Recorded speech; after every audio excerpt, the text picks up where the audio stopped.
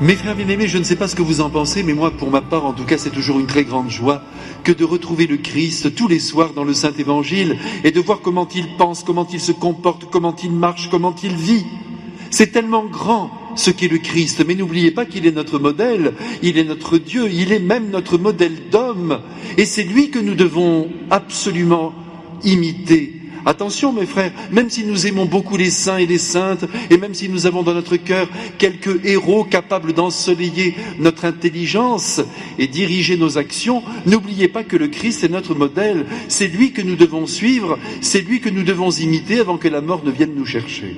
Alors c'est tellement beau sur chaque page d'évangile de voir comment notre Seigneur Jésus-Christ se comporte. Et aujourd'hui, regardez ce qui s'est passé. Il était tout près du lac de Tibériade, et puis autour de lui, il y avait cette grande foule qui était là tout simplement parce qu'il avait guéri beaucoup de malades.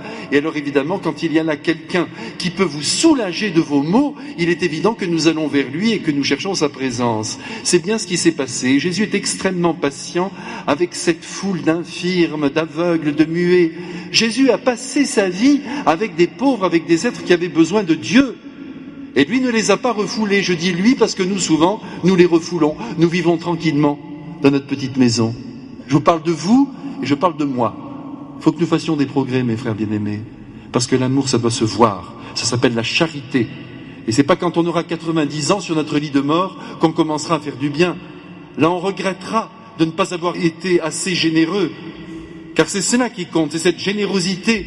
Vous allez voir qu'on va tous mourir avec des comptes en banque bien remplis. Je ne dis pas que nous aurons des milliers d'euros, non, mais nous aurons quand même beaucoup plus qu'il ne nous en fallait. Et d'autres en auraient eu peut-être besoin. C'est bien, mes frères, que je vous dise cela, parce qu'au fond, c'est vrai, nous sommes de fiefs égoïstes, et de temps en temps, il faut qu'on se réveille quand même un peu. Au lieu de construire notre petit bonheur, on cherche à imiter le Christ, qui lui travaille au bonheur des autres. Bon, ceci dit, nous sommes avec Jésus. Surtout ne vous découragez pas à la suite de ce que je viens de vous dire, puisqu'on est encore vivant.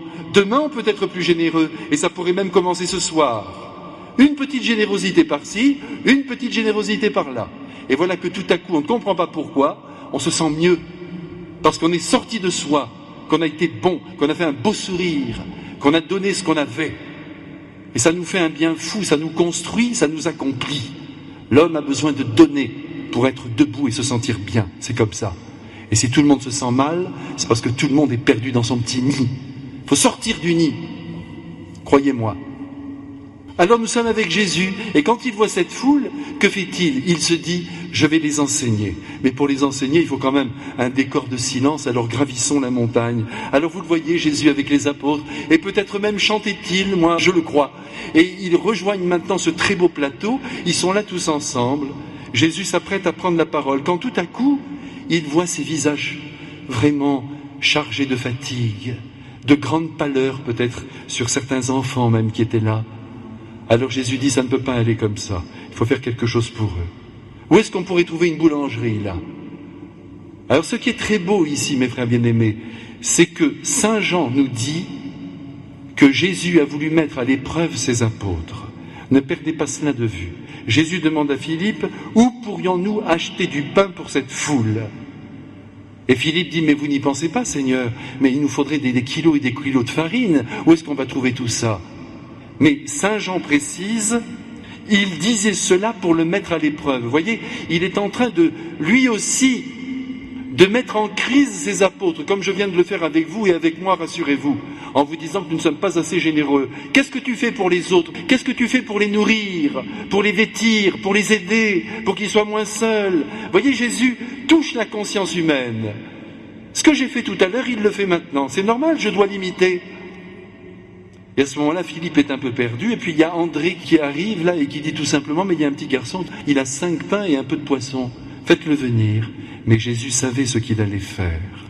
Il prononce une bénédiction, je vous rappelle qu'il est Dieu. Il fait ce qu'il veut avec la matière. Il transforme tous ces pains. Il en fait des milliers. Et il les distribue, ainsi que le poisson. Et il est dit d'ailleurs, là, ça c'est très très beau, que tant qu'on en redemandait, il y en avait.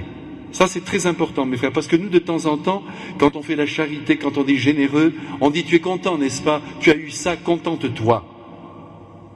Voilà le cœur de l'homme, c'est comme ça le cœur de l'homme. Nous sommes toujours fondés sur la justice. Sois heureux déjà de ce que je t'ai donné. Alors que Jésus dit non, tu en veux encore, je t'en donne encore. Ça n'est jamais suffisant, parce que dans l'ordre de l'amour, ça ne suffit jamais. Quand nous disons assez, nous sommes perdus. Au contraire, il faut dire encore. Et quand quelqu'un nous le dit, il faut répondre à cette attente. Ça, c'est très beau, mes frères bien-aimés. Et après avoir nourri toute cette foule, Jésus sans doute s'est mis à parler. Parce que ventre creux n'a pas d'oreille. Et qu'il est certain que quand l'Église est très généreuse, je parle de l'Église, mais attention, l'Église, c'est l'ensemble des baptisés, eh bien les cœurs s'ouvrent et regardent en direction du ciel, et même déjà du clocher.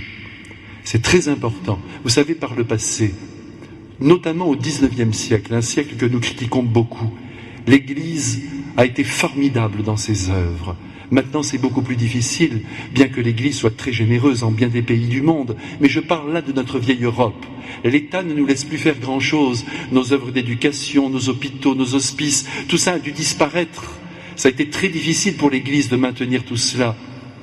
Il faut bien le reconnaître. Mais nous pouvons tous, même si nous n'avons plus d'institutions, continuer d'être bons avec les personnes que nous rencontrons et donc d'être généreux. Et puis une fois que tout a été distribué, que Jésus s'apprête à parler, Jésus remarque qu'il y a encore du pain qui traîne. Alors il dit ramassez tous les morceaux pour que rien ne soit perdu. Et là mes frères, là encore, nous prenons une bonne gifle, pardonnez-moi cette expression, parce que vous comme moi, nous gâchons beaucoup de nourriture. Jésus est très attentif, même à ce don, voyez. Pourtant c'est un don divin, il pouvait en multiplier des milliers de petits pains. Eh bien, il dit ramassez ce qui reste, que rien ne soit perdu.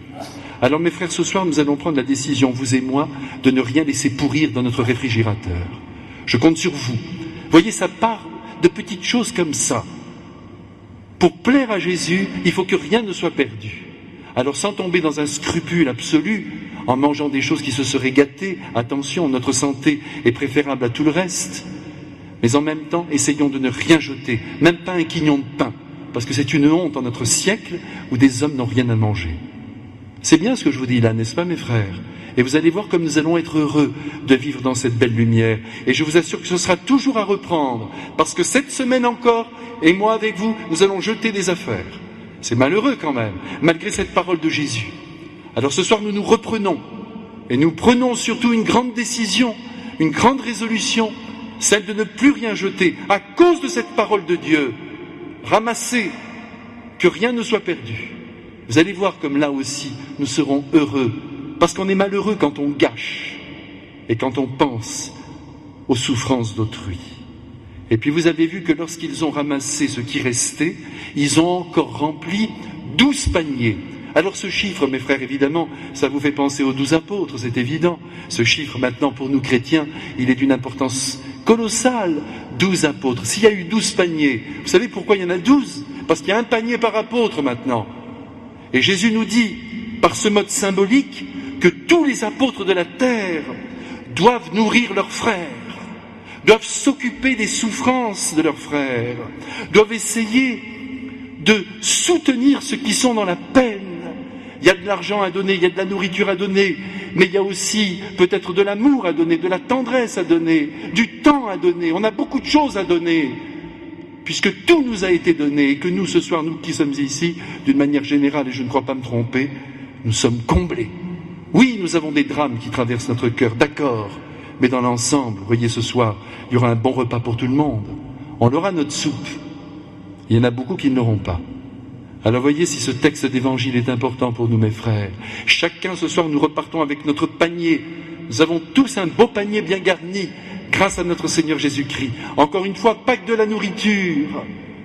Mais par exemple, je reviens sur ce point du temps, de l'écoute, de l'amour, de la gentillesse. Essayons de faire quelque chose pour les autres, mes frères, comme notre Seigneur Jésus-Christ. Si vous voulez que la doctrine de Jésus passe dans le cœur des hommes et qu'ils croient en la vie éternelle, il faut que nous nous occupions aussi de leur bonheur le plus concret. C'est clair, c'est Jésus qui nous l'a dit ce soir, pas moi, qui suis un pauvre prêtre, faillible comme vous. C'est Jésus qui nous demande ce soir de faire un gros effort dans l'ordre de la charité.